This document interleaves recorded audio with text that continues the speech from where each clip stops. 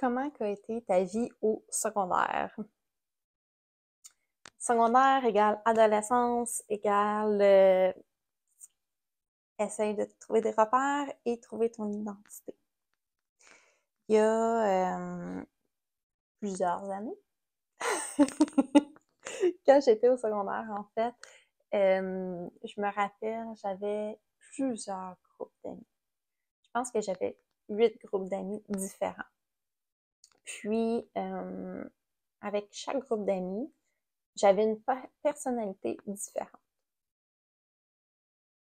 Eh oui, j'étais cette personne qui se modelait, se collait aux autres pour pouvoir être inclus, pour pouvoir être aimé. C'était moi, la petite insécure qui avait peur de déplaire, qui avait peur de ce que les autres pensent, de le jugement des autres. Fait que j'aimais mieux être quelqu'un d'autre, copier l'identité des autres pour pouvoir être acceptée, aimée, puis avoir des amis, en fait. Dans ma tête, c'est comme ça que tu te faisais des amis. Eh non! Puis, en fait, quand j'étais au secondaire, j'allais en soins énergétiques. C'était vraiment la place que je pouvais me sentir pleinement moi parce que je savais que ma thérapeute me voyait pour qui j'étais, pas pour qui j'essayais d'être. Puis, j'avais vraiment un lieu sécure pour pouvoir être moi, être vulnérable. Puis essayer de comprendre un petit peu qu'est-ce qui se passait en moi parce que j'étais tellement frustrée. J'étais en tabarnak contre le monde. Puis j'étais vraiment pas bien. J'essayais d'être la petite fille parfaite, mais en même temps, j'essayais d'être l'amie idéale. Puis je me suis perdue là-dedans. Je me suis tellement perdue que mon moi intérieur arrêtait pas de crier, de faire comme allô? Tu m'écoutes-tu? Puis moi, la seule affaire que je voulais faire, c'est comme ta gueule, ta gueule. Oui, oui, je dis la même affaire que les autres. Oui, oui, t'as complètement raison parce que c'est ça, t'as la vérité sacrée. Puis, tu sais, asti, wake up! Fait t'avais tout le temps ces deux parties de moi, de petite fille parfaite, puis l'autre qui est comme super expulsive, puis genre une bombe à retardement. Puis les deux parties de moi étaient tout le temps en confrontation. Ça faisait en sorte que toutes mes émotions étaient chamboulées, toute ma tête, mes croyances. Qu'est-ce que je voulais faire dans la vie? Quand j'étais avec quelqu'un, je voulais être un vet. Quand j'étais avec quelqu'un d'autre, je voulais être un infirmière. Quand j'étais avec quelqu'un d'autre, ah, peut-être secrétaire, ça peut être la bonne affaire avec quelqu'un d'autre. Ah, un métier manuel, ça me va bien, hein? Puis, la seule place où que, au fond de moi, j'étais comme, oh, wow, j'aimerais ça. C'était quand que j'allais en soins énergétiques. C'était un petit spark à l'intérieur de moi qui faisait comme oh wow, ça me passe, ça me fait du bien, tu sais. Je savais que c'était pas exactement comme ma thérapeute travaillait, mais il y avait un petit quelque chose. T'sais. Fait que plus que les années avancent, plus que j'apprends sur moi, plus que oui, je me modèle aux autres encore, sauf que j'essaie de garder plus mon identité, puis je vais me chercher des gens qui se rapprochent plus de moi. C'est autant que j'aime travailler avec les humains, autant que j'aime travailler avec les animaux, puis j'ai vraiment créé un éventail, en fait, que je peux travailler autant les humains que les animaux, que le corps physique, émotionnel, mental. Je peux tout travailler ça. Puis c'est là que Hey, la petite Jannick qui est sortie, là. Puis mon identité, ben, c'est tout ça. Tu sais, je suis capable de voir quand que j'essaye de vouloir plaire ou quand que j'essaye de vouloir être moi. En fait, j'essaie pas, je suis moi à cette heure. C'est sûr qu'il y a des moments que je suis plus insécure, puis là, l'insécurité monte.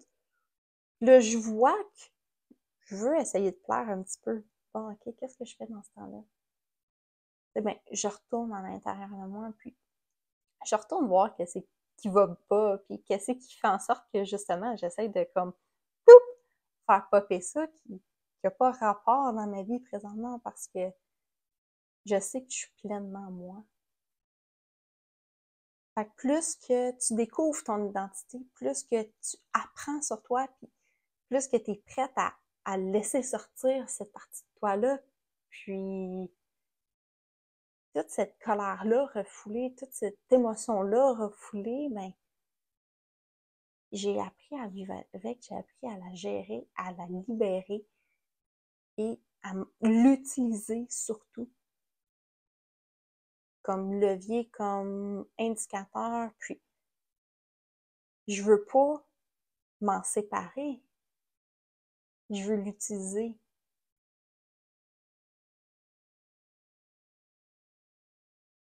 Parce que c'est justement, c'est comme si tu as mal tout le temps à l'épaule, puis au lieu de vouloir travailler avec le mal en te disant, OK, je peux pas aller jusque-là, mais je peux travailler avant ça, ce qui va me permettre d'aller un petit peu plus loin. Mais si tu enlèves le mal, tu n'as plus cette barrière-là qui te protège dans un sens pour pouvoir guérir tranquillement, pas vite, couche par couche, pour que le travail se fasse, puis que tu peux aller plus loin, tu peux aller plus loin. Puis éventuellement, ben, c'est juste plus là, puis c'est correct.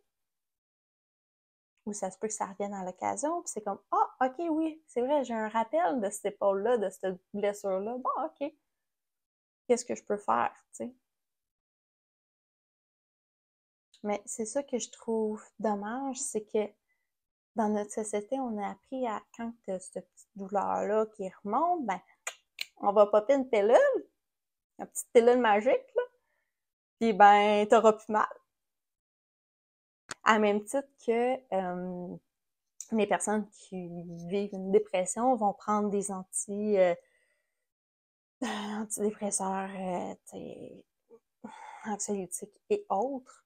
Je dis pas que c'est pas bon, mais je dis que tu as besoin d'être accompagné quand même. Tu as besoin de comprendre où c'est que ça part. Puis si tu y vas pas, ben c'est juste mettre un plaster, puis comme ça guérit pas si tu fais rien, tu sais. Fait qu'au lieu de vouloir laisser puis cacher cette douleur-là, essaye donc de la comprendre puis de faire comme oh shit, je suis fru là. Qu'est-ce qui se passe? Shit, il y a quelque chose qui remonte là. Hey, je me sens pas bien. Pourquoi? Mais le pourquoi est hyper important. Il est hyper important parce que la douleur n'est pas la cause. La douleur va juste t'aider à aller creuser encore plus loin en toi, puis à aller comprendre qu'est-ce qui se passe, puis où tu peux aller, qu'est-ce que tu peux vivre. Fait que, avant de faire un 15 minutes, là, je voulais juste vous dire que c'est super important, justement, de retrouver en soi c'est quoi qui se passe, d'aller creuser, puis d'oser demander de l'aide. Peu importe c'est quoi ta douleur, qu'elle soit mentale, qu'elle soit physique, qu'elle soit émotionnelle, ose. Va demander de l'aide à quelqu'un que tu as confiance et qui te parle à toi. Parce que ben beau que tu ailles voir la thérapeute de Pierre, Jean puis Jacques, mais si ça colle pas à toi, à tes besoins,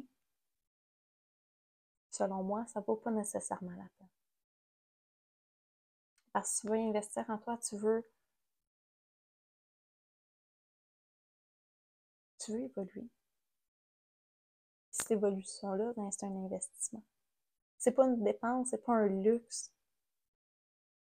C'est un investissement en toi, en ta personne. Puis je te souhaite que tu sois en mesure de te développer, que tu sois en mesure de te comprendre et de fleurir à l'intérieur de toi. D'avoir ce petit spark-là qui fait comme